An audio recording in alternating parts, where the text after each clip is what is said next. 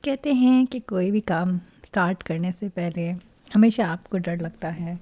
कोई भी काम स्टार्ट करने के लिए बहुत हिम्मत और ताकत की ज़रूरत होती है और आसान नहीं होता ज़िंदगी में कोई भी सफ़र स्टार्ट करना। भले पढ़ाई हो, शादी हो, बेबी हो, कोई बिज़नेस स्टार्ट करना हो, कोई रिलेशन स्टार्ट करना हो, कुछ भी स्टार्ट करना हो, कोई जॉब स्टार्ट करनी हो या कोई भी ऐसे डिसीजंस जो हम अपनी लाइफ में लेते हैं। ये भी कोई समझ ही लीजिए कि मेरी भी लाइफ का सबसे बड़ा कॉम्प्लिकेटेड नहीं तो एक काफ़ी सोचने और समझने वाला एक टास्क है जो मैंने स्टार्ट किया है। दिल दिमाग दम की इस रेस में मैं भी आप लोगों के साथ शामिल होने चली हूँ। बिग बॉस 17 के इस न्यू सीज़न के साथ मैं भी इस सीज़न को रिव्यू करूँगी और देखेंगे हम कि इस सीज़न में क्या होने वाला है। देखते ही देखते न जाने कितने साल गुजर गए।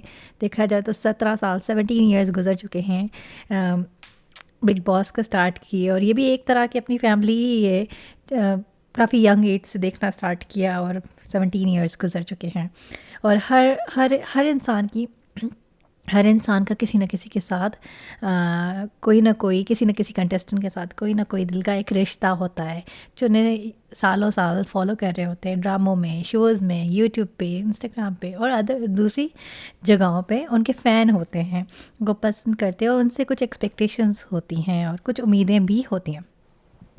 तो 17 इयर्स गुजर चुके हैं और हर साल हम एक्सपेक्ट करते हैं कि ये शो कुछ नया लेके आएगा हमारे लिए, और नया किस्म का न्यू टाइप का कोई एंटरटेनमेंट लेके आएगा। ऑफ कोर्स 17 इयर्स तक एक चीज़ को मेंटेन करना आसान नहीं होता। हम खुद भी एक साल के बाद बोरिंग होने लग जाते हैं। अगर हम कोई भी काम कर रहे होते हैं उसमें न्यू चीज़ लाना, जैसे हम जॉब कर रहे हैं, एक साल के बाद हार्ड होता है कि अगर हम लोग कुछ न्यू चीज़ लेके आए ना, नहीं कोई टैक्टिक लेके आए, नया कुछ लेके आए बिज़नेस में या जॉब में, इवन घर में या खाना पकाते तो खाना पकाने में टाइम लग, यूट्यूब करते हैं, वीडियोस देखते हैं, कुकिंग शोज़ देखते हैं कि नए तरह के खाने लाएं जो सबको पसंद आए। तो आसान नहीं होता है किसी शो को रन करना 17 साल के लिए, 17 ईयर्स। और ये शो की भी टीम हमेशा नई नई कोशिशें करती रहती है। तो अब हमें देखना ये है कि ये दिल दिमाग और दम की जंग क्या है। अब ये तो हमें पता ही है कि दिल दिमाग और दम क्या है। हमने इतने सालों से देखा ही कि दिल का क्या रिश्ता है ना इस शो में, कि लोग आते हैं और अपना दिल हार बैठते हैं और फिर वही लवी डबी और लव सीन और ये सब कुछ हो जाता है। तो इस शो में क्या है, इस शो में आई थिंक मेरा जो ख्याल है कि शायद खुल्लम खुल्ला प्यार करेंगे सारे, खुल्लम खुल्ला कपल्स बनेंगे। और आई होप सो ऐसा ना हो कि शादियां भी खुल्लम खुल्ला होने लग जाएं इस शो में, क्योंकि इस शो बाकी सारे 16 इयर्स तक वो लोग ये कहते रहे कि ये जो है रियलिटी शो है, इसका लव एंगल बनाने से कोई ताल्लुक़ नहीं है। नेचुरली अगर लव एंगल किसी का बन जाए तो वो अलग बात है। तो इस शो से हमें ये पता लगता है कि दिल दिमाग जंग दम जो है, कि दिल तो ऑफकोर्स लव एंगल है और दिमाग तो जो मास्टर माइंड और कनिंग, और not cunning but like clever, और क्या कहते हैं लाइक प्लानिंग प्लॉटिंग वाले लोग आएंगे और खुल के प्लानिंग प्लॉटिंग होगी। और दम तो हम सबको ही पता है। मे बी इस वाले पर्टिकुलर सीज़न में दम, यानी अब पुराने वाले सीज़न में तो चीखम चिल्ली, लड़ाइयाँ झगड़े, किकिंग और boxing, not boxing actual, like मारना पीटना, सब चीज़ें बहुत नेचुरल थी। चीज़ें फेंकना, चीज़ें तोड़ना, अपना एंगर दिखाना, गुस्सा दिखाना, कभी फेक होता है कभी रियल भी होता है, हमें क्या पता, हम घर के अंदर तो है नहीं।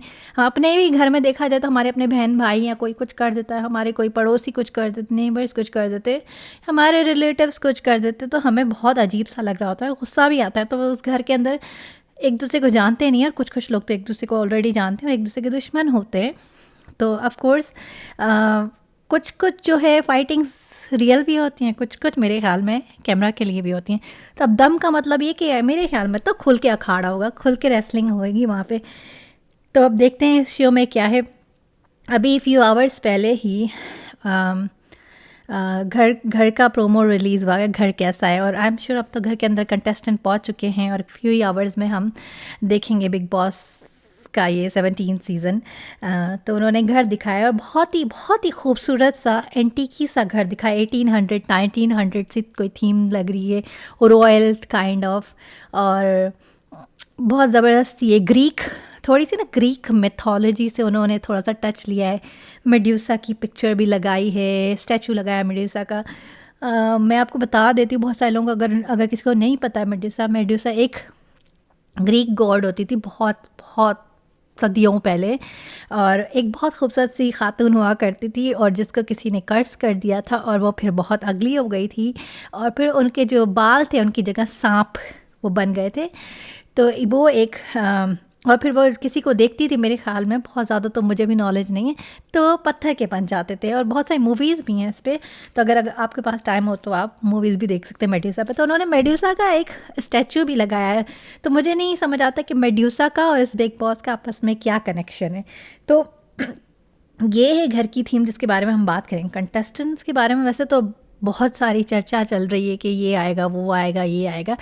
तो हम क्या करते हैं, हम वेट करते हैं आज क्या शो में आएगा, और फिर हम उसके बारे में बात करेंगे।